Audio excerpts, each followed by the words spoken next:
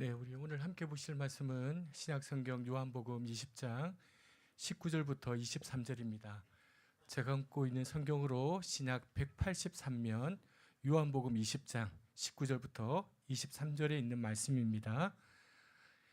우리 함께 천천히 한 절씩 같이 읽겠습니다.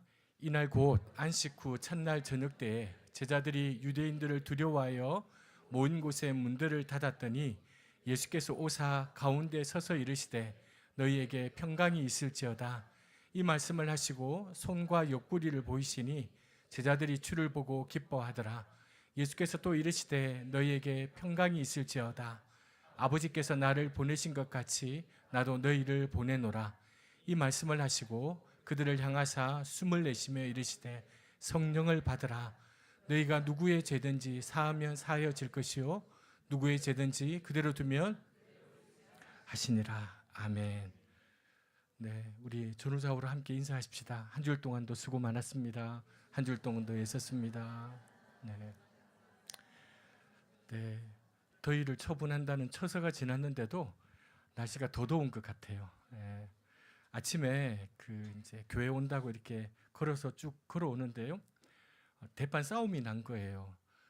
이제 두 분 다 강아지를 이렇게 물고 가는데 아저씨하고 아주머니하고 이렇게 가는 거예요. 근데 이제 무슨 일 때문인지 모르지만 아저씨가 막 이 아주머니한테 욕을 하는 거예요. 여러분은 방패연과 가오리연만 있는 줄 아시잖아요. 저도 여러분 이 세상에 연이라고 하는 건 방패연과 가오리연만 있는 줄 알았어요. 근데 이 아저씨가요, 세상에 온갖 연을요 다 갖다가요 이 아주머니한테 퍼붓는데 제가 오다가 너무 충격. 와, 연이 이렇게 많구나.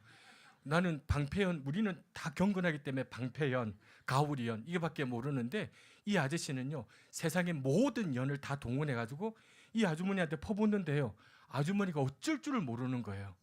그래가지고 제가 끼어들었어요. 그냥 이 아주머니가 너무 힘들어해서 아저씨 보고 그만하시라고. 이 도대체 아주머니한테 이게 온갖 연을 다 붙여가지고 이게 무슨 말이 있냐고 막 붙였더니 아저씨가 그새에 그냥 이렇게 쓱 가더라고요. 그러니까 제가 너무 이 아주머니가 그냥 서서 막 부들부들 떠는데 어쩔 줄을 모르는 거예요. 제가 어저께 우리 이제 주보 표지글을 쓰면서도 제가 썼지만 한번 보여주시죠. 예, 우리가 말을 할 때는 그랬으면 좋겠어요. 누군가의 가슴에 꽃을 심는다는 마음으로 하면 얼마나 좋을까. 우리 아이들에게도 또 우리 교우들에게도 내가 모르는 사람에게도 내가 말을 할 때는 누군가의 가슴에 꽃을 심는다는 마음으로 하면 참 좋겠다 싶어요. 지난 주일날 밤에 제게 한 통의 카톡이 왔어요. 지웅이에게. 밤 10시 23분. 안녕하세요 목사님, 저 지웅이에요. 늦은 시간에 연락드려 죄송합니다. 오늘 단체로 영화 관람하는 게 정말 행복했다고 말씀드리고 싶었습니다. 그리고 팝콘까지 사주셔서 죄송하면서 감사했습니다. 오늘 영화 덕분에 저와 함께하고 있는 하나님께서 어떤 분인지 다시 한번 느껴졌던 것 같습니다. 저희 가족과 교인들에게 이런 시간 마련해 주셔서 감사드리고 좋은 밤 되시기를 바랍니다. 멋있죠? 아들은 이렇게 키워야 돼요. 아들은 이렇게 키워야 돼요. 너무 멋있어요. 제가 그날 밤에 몸도 좀 피곤하고 막 눌려 있는데 이 지웅이의 한 통의 카톡이요 저한테 한아름의 꽃다발을 선물한 것 같더라고요. 제 마음이 너무 기뻤어요. 그런데 이제 제가 답을 짧게 했거든요. 지웅아 고맙다, 감동이다 이랬더니 저희 딸들이 날린 거예요. 이렇게 보냈는데 이 줄이 뭐냐고. 보내려면 아빠도 길게 보내든지 해야지. 그러니까 이제 아이들한테 혼나기는 했는데 그런 생각을 했어요. 그냥 우리가 이렇게 함께 신앙생활하고 함께 있으면서 서로에게 우리가 뭐 다른 건 못 하잖아요. 그냥 말이라도 따뜻한 카톡 하나라도 우리가 이렇게 꽃을 남겨줄 수 있는 사이면 얼마나 좋을까. 만리장성에 돌도요, 돌 위에 돌 하나를 놓는 것부터 시작했거든요. 미켈란젤로의 그림도요, 선 하나를 긋는 것부터 시작했거든요. 저는 대단한 일 아니어도 우리가 낙심하지 않고 꾸준히 우리가 누군가에게 꽃을 선물하듯이 따뜻한 말 한마디 하고 그렇게 하면 얼마나 좋은 세상이 될까, 좋은 교회가 될까, 그런 생각을 한번 해보았습니다. 가끔 저는 그런 상상을 해봅니다. 내가 만약 교회를 개척하지 않고 청빙을 받아갔으면 어떻게 되었을까, 그런 생각을 가끔 해봅니다. 청빙받아 간 친구나 후배들의 목회자들을 보면서 나는 과연 중대형 교회 청빙을 받아가서 그곳에서 담임 목회를 하면 어떻게 목회를 했을까, 어떤 사람이 되었을까라는 생각을 해봅니다. 근데 저는 이제 교회를 개척할 마음을 가졌을 때 그런 마음이 들었어요. 제가 전에 있던 교회가 한 17,000명 되는 대형 교회였는데 어느 날 문득 제 가슴이 답답해졌어요. 제가 뭘 느꼈냐면 내가 제 한 교구도 한 2,000명 됐거든요. 제 교구를 2,000명 맡고 있는데 제가 이분들을 신방을 할 때 이제 30분 간격으로 신방을 해요. 딱딱 30분 맞춰서 그다음에 하루에 많게는 10집, 적게는 8집을 신방하는데 30분, 40분 간격으로 차로 이동을 해야 되기 때문에 그렇게 신방을 하는데요. 제가 막 신방을 하다가 숨을 편하게 못 쉬고 있구나라는 느낌을 받았어요. 집에서 자면서도 제가 숨을 편하게 못 쉬고 있다라는 느낌을 받았어요. 숨이 평소보다 얕고 가팔랐어요. 깊은 숨, 자유로운 숨, 평안한 숨을 목회를 하고 있는데도 못 쉬고 있다라는 생각을 했어요. 그래서 결심을 했어요. 새로운 숨, 나다운 숨을 호흡하고 싶었어요. 그래서 사실은 교인 한 명도 없었지만 2딸 아내 데리고 교회를 개척하기를 시작했어요. 여러분은 어떠신지 여쭤보고 싶어요. 여러분은 하나님이 주신 숨을 깊게, 자유롭게, 자기답게 호흡하고 계십니까? 창세기에 의하면 흙으로 지어진 인간은 그 안에 하나님의 숨이 들어갈 때 비로소 인간이 되었어요. 우리가 잘 아는 말씀인데요. 그저 인간적인 외형을 갖추었다고 해서 인간이 아니에요. 그 안에 하나님의 숨이 들어가서 그 숨으로 호흡할 때 인간이 참다운 인간이 될 수 있는 거예요. 그런데 우리 인간은 하나님의 숨이 아닌 다른 숨을 호흡하며 살 때가 많아요. 뱀이 선악과를 먹으면 하나님처럼 높아질 수 있다고 말하자 아담과 하와가 하나님이 먹지 말라고 하신 선악과를 따먹었어요. 왜 따먹었냐 보니 그 나무를 보니까 먹음직하고 보암직하고 지혜롭게 할 만큼 탐스럽게 보였어요. 아담과 하와가 그전에는 하나님의 숨을 쉬고 있었는데 하나님의 숨을 버리고 탐욕의 숨, 욕심의 숨을 호흡하자 선악과를 따먹게 된 거예요.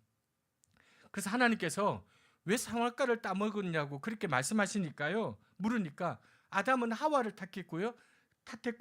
하와는 또 뱀을 탓하기 시작해요. 최종 선택은 분명 자기에게 있었는데 남을 탓하는 거예요. 원망하는 거예요. 여러분, 그러니까 아담과 하와는 처음에는 탐욕, 욕심이라는 숨을 쉬었는데 그 다음에 원망이라는 숨이 엎어져서 같이 쉬었던 거예요. 우리가 하나님이 주신 숨을 잃어버리고 욕심과 원망을 호흡할 때 그곳이 어디든 그곳은 신라곤이 되는 거예요. 그런 삶은 축복이 아니라 고통이에요. 아담과 하와의 아들인 가인은요, 하나님께서 동생인 아벨의 제사만 받고 자신의 제사를 받지 않자 홧김에 동생을 죽여버려요. 이 가인이 하나님이 주신 숨을 잃어버리고 분노의 숨을 호흡하자 자기 목숨처럼 귀하게 여겨야 될 동생을 자기 손으로 죽이는 살인자가 되었어요. 그래서 여러분, 우리가 하나님의 숨을 유지한다는 것, 그래서 다른 숨, 욕심, 분노, 원망, 이걸 호흡하지 않도록 주의하는 것은요, 너무도 중요해요. 구약성경 에스겔서에 보면요, 바벨론에 끌려가 노예 생활을 하던 이스라엘 사람들의 영혼의 상태를 성경이 표현하고 있어요. 이스라엘 사람들은 자신들이 자랑하던 성전, 그 다음에 예루살렘 성 다 무너지고요, 하루아침에 나라를 잃고 바벨론을 포로로 끌려가게 돼요. 크게 노예 생활하면서 크게 좌절하게 됩니다. 해방도, 다시 고국에 돌아가게 될 날도, 다시 하나님을 성전에서 예배하게 될 날도 꿈꿀 수 없었던 그들이었어요. 그런 꿈을 꾸기에는 바벨론 사람들의 채찍이 너무 가혹한 거예요. 매일 감당해야 되는 노동은 너무나도 고되었어요. 모두가 생기를 잃고 뼈만 남은 사람처럼 그렇게 살고 있었어요. 하나님께서 에스겔 선지자를 데리고 골짜기로 갔습니다. 에스겔이 보니까 그 골짜기에요, 마른 뼈가 가득한 거예요. 나라의 멸망이라는 충격적인 고통, 노예 생활이라는 감당할 수 없는 아픔, 이스라엘 사람들의 영혼이요, 정말 그 죽은 마른 뼈와 같이 그런 상태인 거예요. 골짜기를 가득 메운 뼈는요, 이스라엘의 지금 절망의 상태를 상징하고 있어요. 바벨론에 살던 이스라엘 백성들은요, 하루하루 하나님의 숨이 아니라 절망을 크게 호흡하며 살아가고 있었어요. 오늘 본문으로 돌아와서 제자들은 예수님과 함께 예루살렘 성에 들어갈 때 사람들의 열렬한 지지와 환영을 받았어요. 그로 인해서 제자들의 기운이요, 한껏 올랐어요. 기대가 되었어요. 예수님이 사람들에 의해서 왕위에 오르시면 자신들도 한 자리 차지할 거라는 기대가 예수님의 제자들에게 있었어요. 근데 갑자기 예수님이 성전 경비대에게 붙잡히고 대제사장과 총독 빌라도 앞에서 신문을 받으시고 끝내는 로마 병정들에 의해서 십자가에 달려 돌아가시게 됩니다. 높은 자리를 꿈꾸던 제자들은요, 하루아침에 도망자 신세가 되었습니다. 제자들은 스승인 예수를 죽인 사람들이 자신들도 죽일지 모른다는 두려움이 음습해 왔습니다. 그래서 제자들은 이 말씀처럼 다락방에 들어가 모든 문을 닫아 걸고 숨어 지냈습니다. 여기 문들을 닫았다라는 표현은요, 엄밀히 말하면 문을 모두 닫아 걸었다라는 뜻이에요. 있는 문들을 다 닫아 걸었다는 거예요. 여러분, 방 안에 모든 문을 다 걸어 닫았다는 것은 외부와의 교류를 차단한다는 의미도 있지만 제대로 숨을 못 쉰다는 의미도 있어요. 여러분, 우리가 집에 있으면서 가끔 힘든 분들, 나 숨 못 쉬겠어, 나 숨 쉬고 싶어, 이렇게 말하는 분들이 있거든요. 얼마 전까지 예수님과 이 제자들은요, 이스라엘의 곳곳을 자유롭게 누비던 그런 사람들이었어요. 그런데 이 제자들이 이제 좁은 안에 갇히게 되었어요. 제자들은 예수님과 함께 꿈꾸었던 하나님 나라에 대한 꿈을 잃어버렸어요. 예수님과 함께 배고픈 자들을 먹이고 병든 자들을 치유하고 죽은 자들을 살리던 그 기쁨을 잃어버렸어요. 제자들은 그저 작은 방에 갇혀 두려움을 호흡하고 있을 뿐들이었어요. 제가 조금 전에 에스겔의 마른 뼈들, 그 골짜기의 마른 뼈들, 하나님께서는 바벨론의 절망을 호흡하며 메마른 영혼으로 살아가는 이스라엘 백성들을 그대로 두지 않으셨어요. 방치하지 않으셨어요.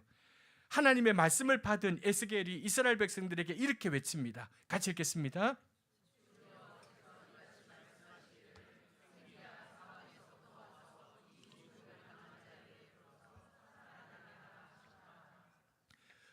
에스겔이 이 말씀을 선포하자마자 죽은 자의 뼈와 같은 이스라엘 백성들이 제발로 일어나서 엄청나게 큰 군대를 이루었습니다. 절망을 호흡하던 이스라엘 백성들은 하나님이 주신 생기를 호흡하는 백성들이 되었습니다. 절망의 사람들이 이제 약속을 믿고 약속의 땅으로 나아가는 소망의 사람들이 되었습니다. 믿음의 조상 아브라함처럼 미지의 땅, 그러나 약속이 있는 땅으로 나아가기 위해 담대히 옛 땅을 떠나는 사람들이 된 거예요. 부활하신 예수님께서 그 다락방에, 숨 쉴 수 없는 다락방에 모여있던 제자들, 두려움을 호흡하고 있던 제자들도 그냥 버려두지 않으셨어요. 예수님께서는 제자들을 굳게 닫아 놓았던 그 문을 통과해서 제자들에게 다가가셨습니다. 그리고 제자들에게 너희에게 평강이 있을 것이라고 2번이나 말씀을 하십니다. 그리고는 당신의 상처를 제자들에게 보여주십니다.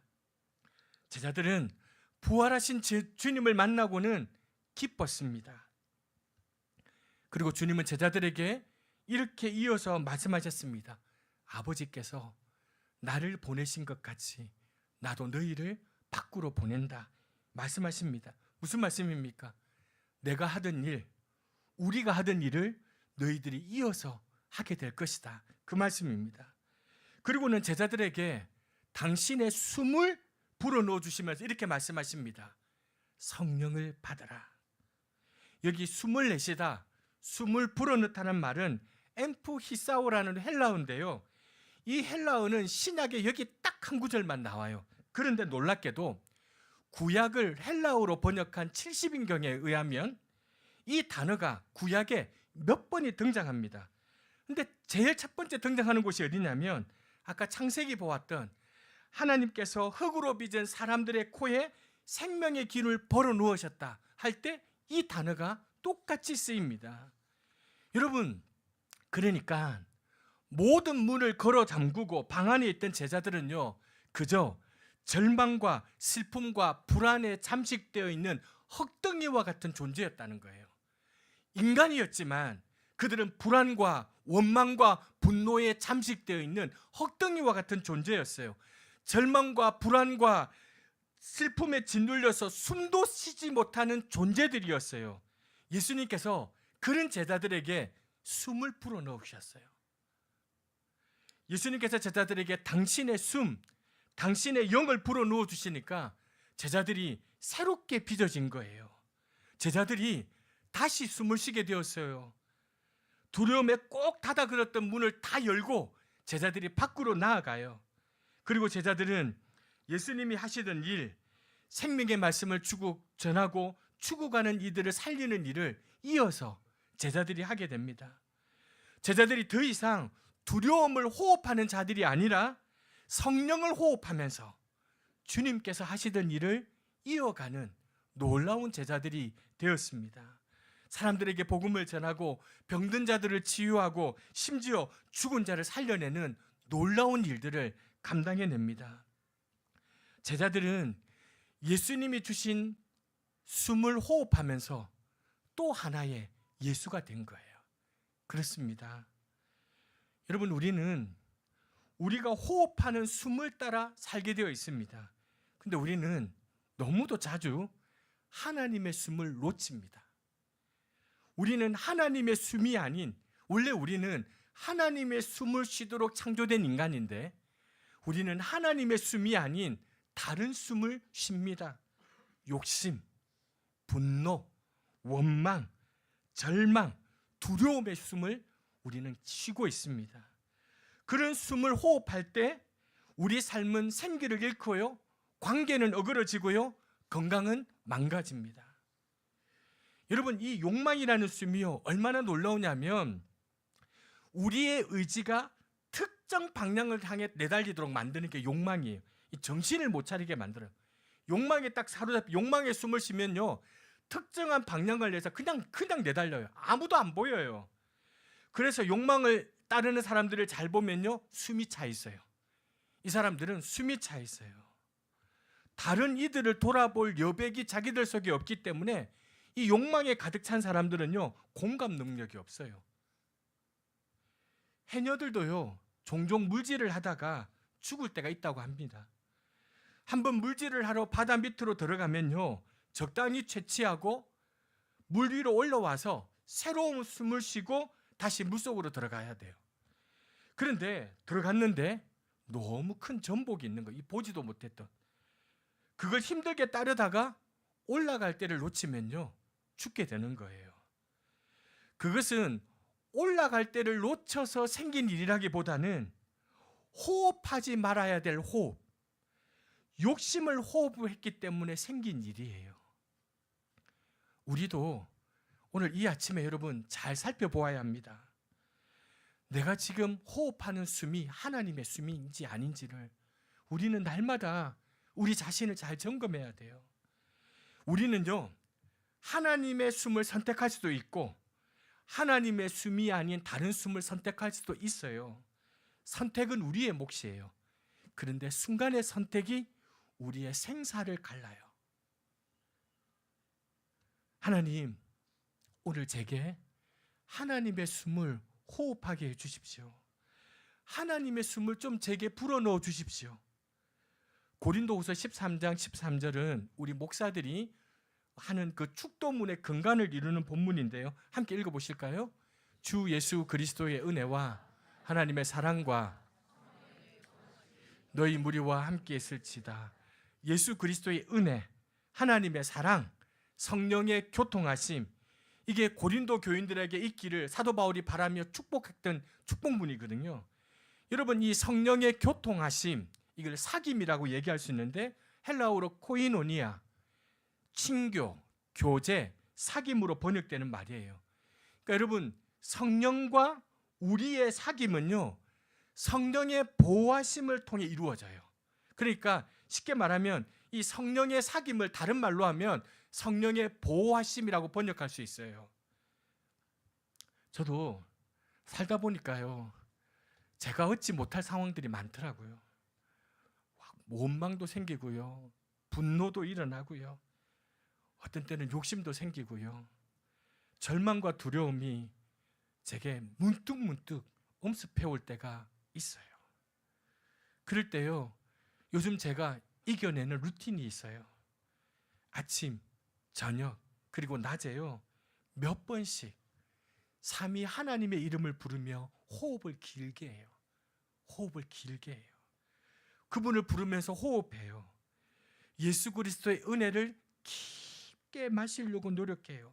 그리고 그 숨을 천천히 내쉬기 위해서 애써요. 저도요, 힘들 때는 하나님의 사랑을 깊게 마셔요. 그리고 천천히 숨을 내쉬어요. 성령의 보호하심을 저도 깊게 마셔요. 그리고 천천히 숨을 내쉬어요. 그러면요, 어느 순간 그 예수님의 은혜와 하나님의 사랑과 성령의 보호하심이 가득 찬 것처럼 느껴지고 제 마음이 평안해질 때가 있어요. 그리고는 제가 그 기도를 확장해서 기도해요. 하나님, 제 안에 채운 예수 그리스도의 은혜, 하나님 아버지의 사랑, 성령의 보호하심을 나의 호흡을 통해 내가 만나는 사람들에게도 전해질 수 있도록 기도를 확장해 나가요. 예수님께서 누가복음 6장에 이렇게 말씀하십니다. 같이 읽겠습니다. 선한 사람은 선을 내고 악한 자는 그 쌓은 악에서 악을 내나니 우리는 우리 안에 쌓아놓은 숨과 호흡을 이 세상에 내어놓게 되어요. 절대 다른 게 안 나가요. 우리 안에 쌓아놓은 숨과 호흡을 이 세상에 내뱉게 되어 있어요. 욕심과 분노와 원망과 절망과 두려움을 호흡하면 그게 고스란히 내 안에 쌓이고요, 내가 만나는 사람들에게, 내가 우리 아이들에게, 교우들에게 고스란히 욕심과 원망과 분노와 절망과 두려움을 뱉어내요. 사랑하는 교회 여러분, 우리가 하나님의 숨이 아닌 다른 숨을 우리 안에 쌓아두지 않도록 노력하십시다. 하나님의 생명과 평화, 은혜와 사랑, 그리고 돌보심을 호흡하고 그 선하고 바른 것을 우리 안에 켜켜이 쌓아놓도록 노력하십시다. 그리고 그렇게 우리의 존재 안에 갈무리 해놓은 그 하나님의 숨을 이 세상 사람들에게, 우리 자녀들에게 호흡하며 나누어 주십시다.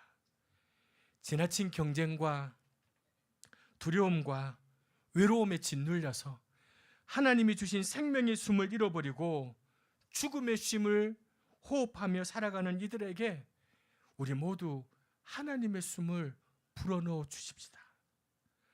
사랑하는 우리 빛나자매, 우리 교환 형제, 우리 자고 있는 하임이, 또 우리 아랑이, 그대들이 전해준 사랑이 저에게 다가와서 새로운 숨이 되었습니다. 그 덕에 여러분들과 함께하는 그 시간들 동안 제 숨은 더 깊어지고 더 자유로워지고 더 평안해질 수 있었습니다. 제가 고맙다는 인사를 꼭 드리고 싶었습니다. 부디 독일에서 하나님이 주신 생명의 숨을 잃어버리지 말고 하나님의 생명과 평화, 은혜와 사랑과 돌보심을 호흡하고 살아가는 귀한 가정 되시기를 부탁드립니다.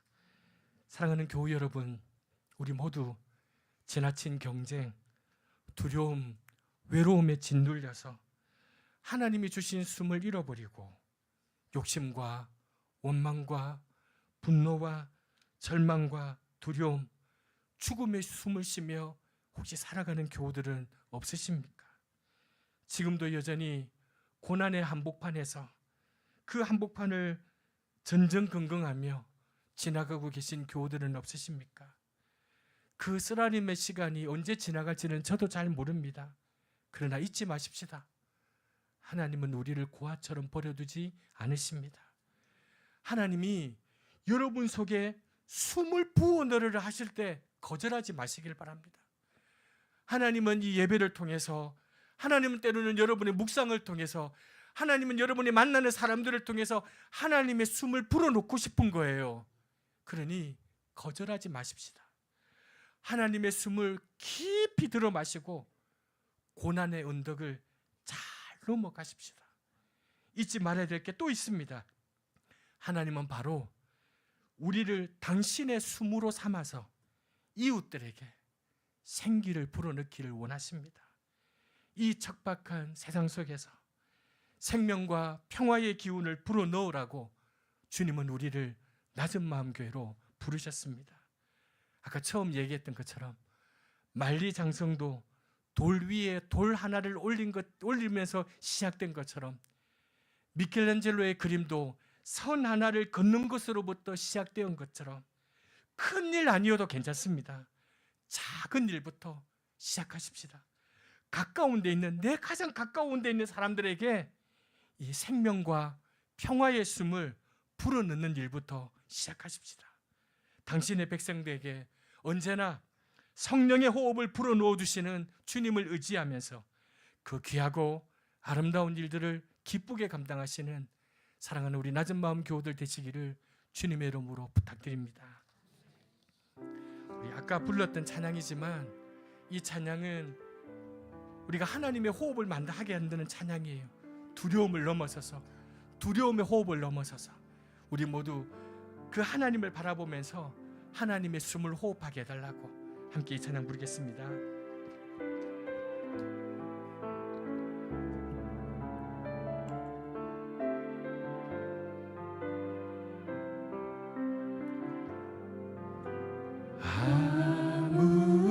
아무것도 두려워 말라. 주 나의 하나님이 지켜주시네. 놀라지 마라, 겁내지 마라. 주님 나를 지켜주시네. 내 맘이 힘에 겨워, 내 맘이 힘에 겨워 지칠지라도 주님 나를 지켜주시네. 세상의 험한 풍파 몰아칠 때도 주님 나를 지켜주시네.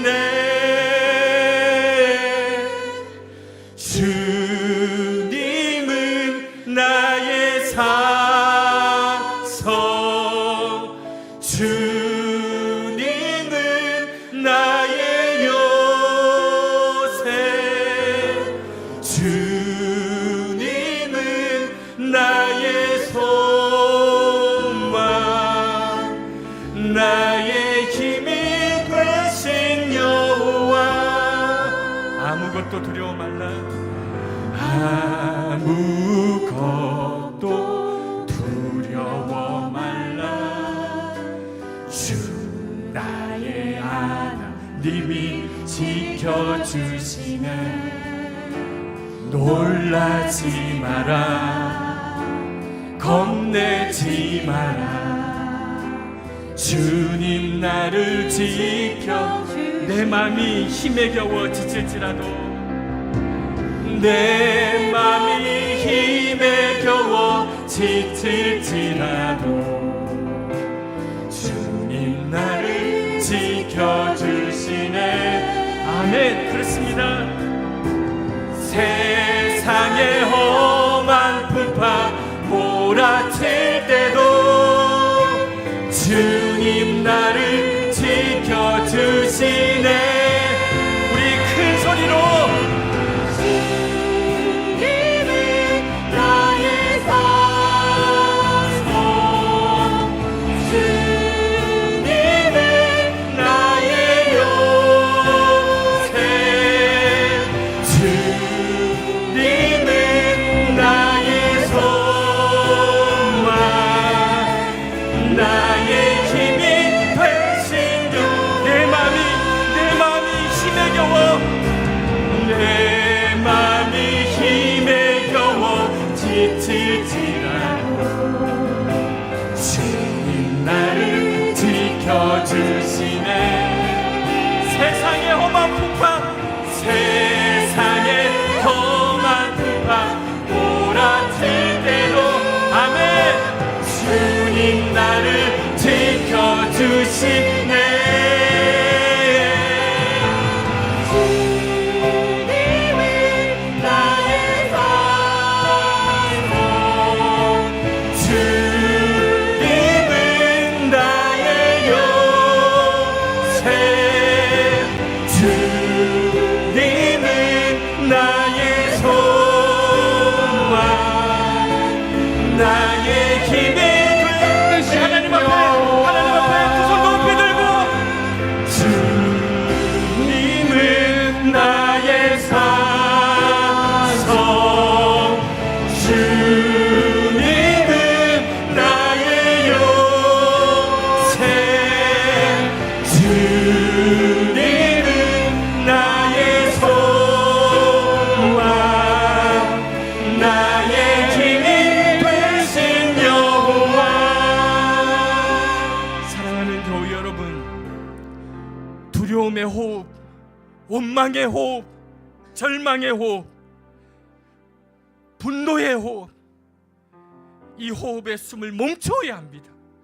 언제까지 이 숨을 쉬고 내 안에 있는 분노를 자식들한테 쏟고 내 안에 있는 원망과 절망과 두려움의 호흡을 내 사랑하는 사람들에게 쏟겠습니까? 이제 이 호흡을 멈춰야 돼요. 하나님의 숨을 쉬셔야 돼요. 하나님의 숨을 쉬도록 결단하셔야 돼요.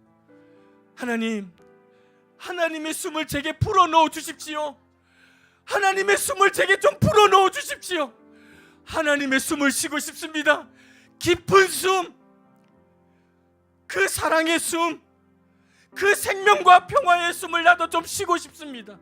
그래서 이 숨을 내 사랑하는 자식들에게도 이 숨을 좀 쉬도록 하고 싶습니다. 하나님, 저희들에게 하나님의 숨을 불어넣어 주십시오. 하나님의 숨을 쉬게 해주시옵소서. 함께 같이 기도하도록 하겠습니다. 기도하겠습니다.